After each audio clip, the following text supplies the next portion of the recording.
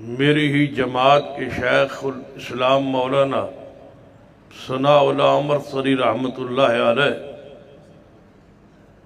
جن کا عقیدہ ختم نبوت کے تحفظ کے لیے بھی ایک نام اور کردار ہے،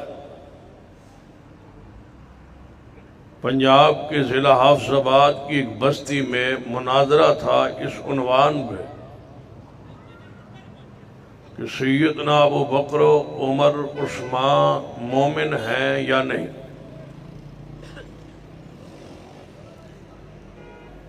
اہل و سنت کی طرف سے، اہل اسلام کی طرف سے مناظر مولانا ثناء اللہ امرتضی رحمۃ اللہ علیہ تھے،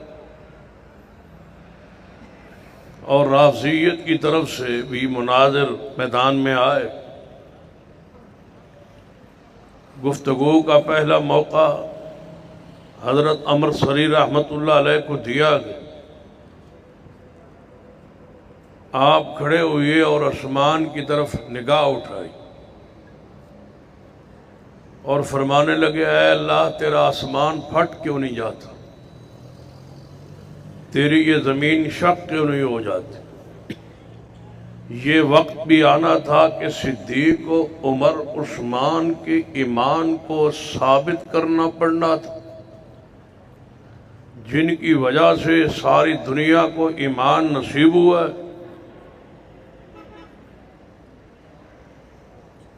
وجود پہ لرزہ طاری ہو گئی، تھوڑی دیر کے لیے رک گئے اور فریق مخالف کے مناظر کو مخاطب کرتے ہوئے فرمایا کہ آگے آپ بات شروع کریں، مجھ سے اس سے آگے بات نہیں ہو سکے، آپ اپنے دلائل دیں، پیش کریں جو کچھ کرنا۔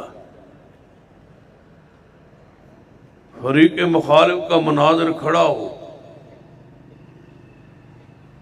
ایسا لرزہ اس کے وجود پہ طاری ہوا،